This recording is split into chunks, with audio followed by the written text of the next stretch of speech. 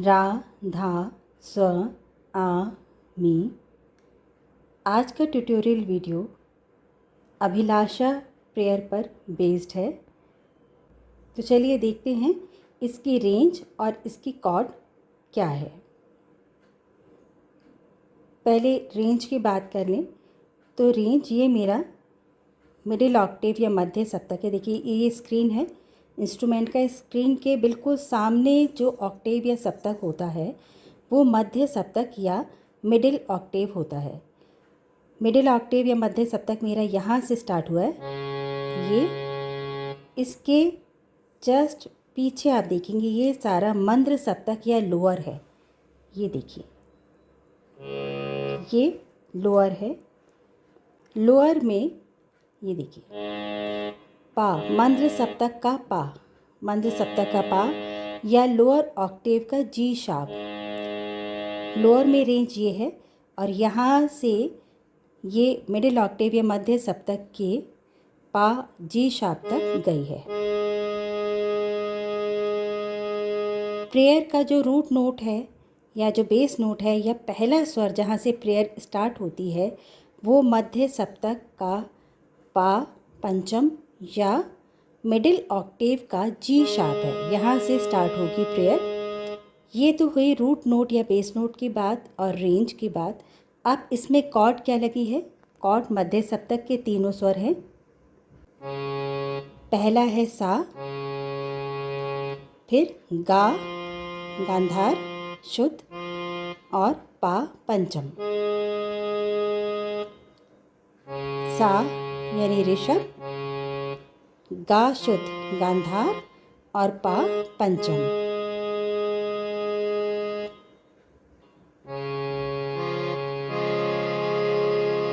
इस तरह से ये फिंगर पैटर्न भी ले सकते हैं और ये भी लगा सकते हैं।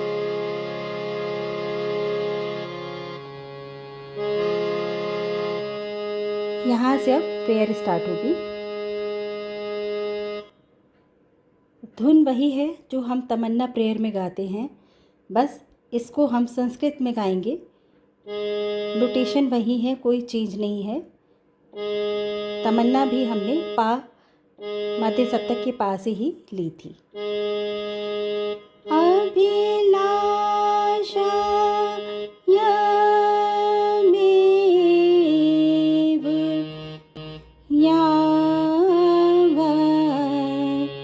जीवे न कुर्याम कोऽपि दृशं कार्यमे।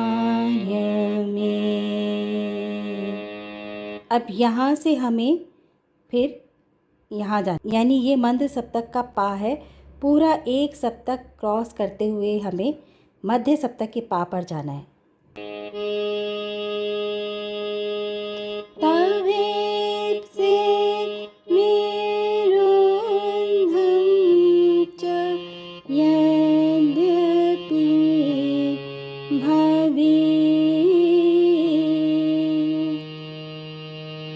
भवतः स्वीकृत्यः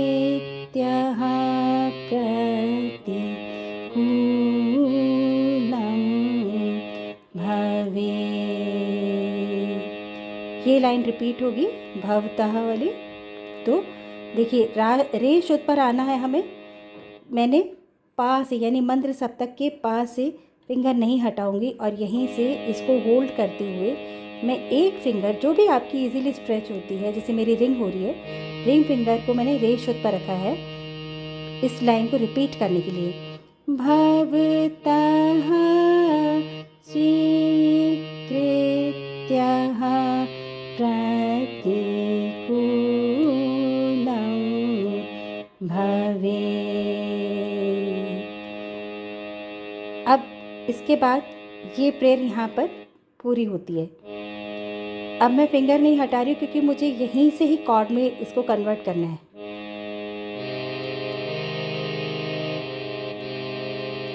ये देखिए मैंने क्या किया, जो मेरी इंडेक्स फिंगर थी वो मंद्र सप्तक के पापर है। यहाँ पे मैंने अपनी लाइन को पूरा किया, भवेत भवेत। अब ये मेरी फिंगर इंडेक्स ही है। रिंग फिंगर मैंने ये देखिए मंद्र सप्तक का ये नी शुद्ध है, यहाँ एक लगाई और अपनी लिटिल फिंगर को मध्य सप्तक के रे शुद्ध पर लगाया। और कैसे किया, ये एंडिंग कॉर्ड थी तो मैंने इसमें क्या किया, स्टार्टिंग में दूसरी कॉर्ड लगाई सा गा पा,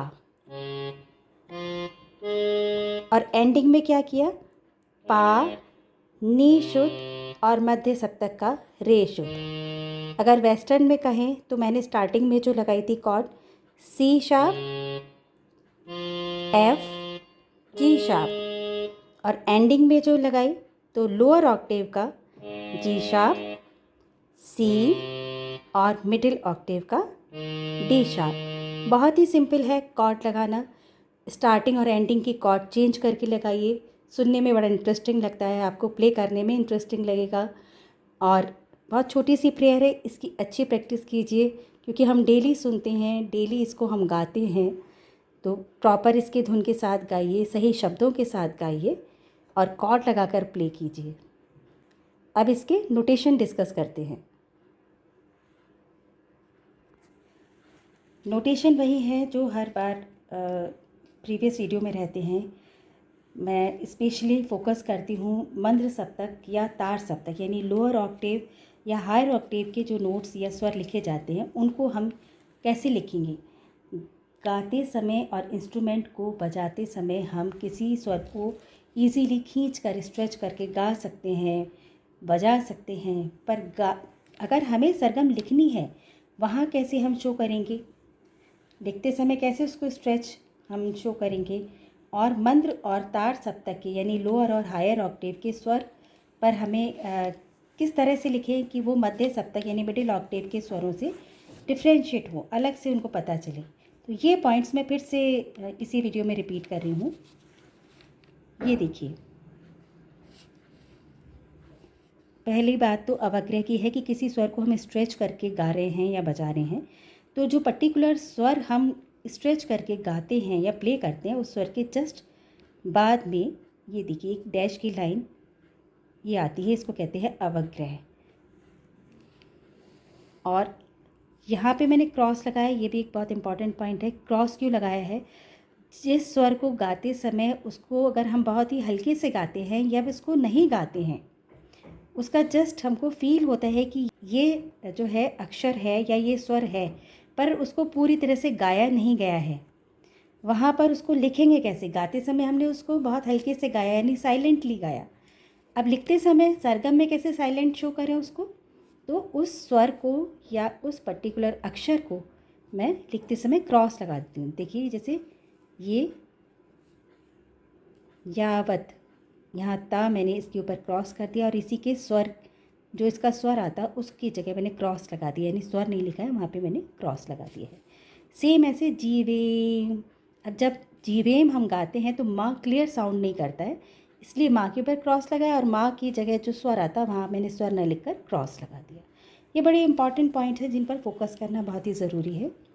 अब आते हैं मंद्र सप्तक या लोअर ऑक्टेव के स्वर को कैसे लिखें। ये देखिए यहाँ पर है, ये देखिए नी शुद्ध है लोअर ऑक्टेव का। जब हम लोअर में लिखते हैं, जब हम लोअर में लिखते हैं हिंदी में, तो स्वर के नीचे हम डॉट लगाते हैं जो मंद्र सप्तक के स्वर है। अब वेस्टर्न नोट अगर हमें लिखनी है लोअर में तो सी जैसे नी शुद्ध के लिए आता है वेस्टर्न नोट, अब उसके लेफ़्ट में अपर साइड में माइनस का साइन लगा दिया। अगर यही सी हायर ऑक्टेव में होता तो सी के राइट साइड में अपर साइड में प्लस का साइन लगा देते। तो माइनस या प्लस से ये पता चलता है कि ये लोअर का है माइनस, और अगर प्लस है ऊपर सी के राइट साइड में या किसी भी नोट के राइट साइड में तो ये हायर ऑक्टेव का है। ये हो गया वेस्टर्न नोट की बात। यहाँ इसमें काफ़ी आए हैं मंद्र सप्तक लोअर के स्वर, जहाँ पर भी हैं आपको उस स्वर के अपर साइड में ऊपर की तरफ लेफ़्ट साइड में माइनस का साइन ज़रूर दिखेगा। तो ये इसके हमने नोटेशन डिस्कस किए। तो ये था इस प्रेयर के नोटेशन का डिटेल।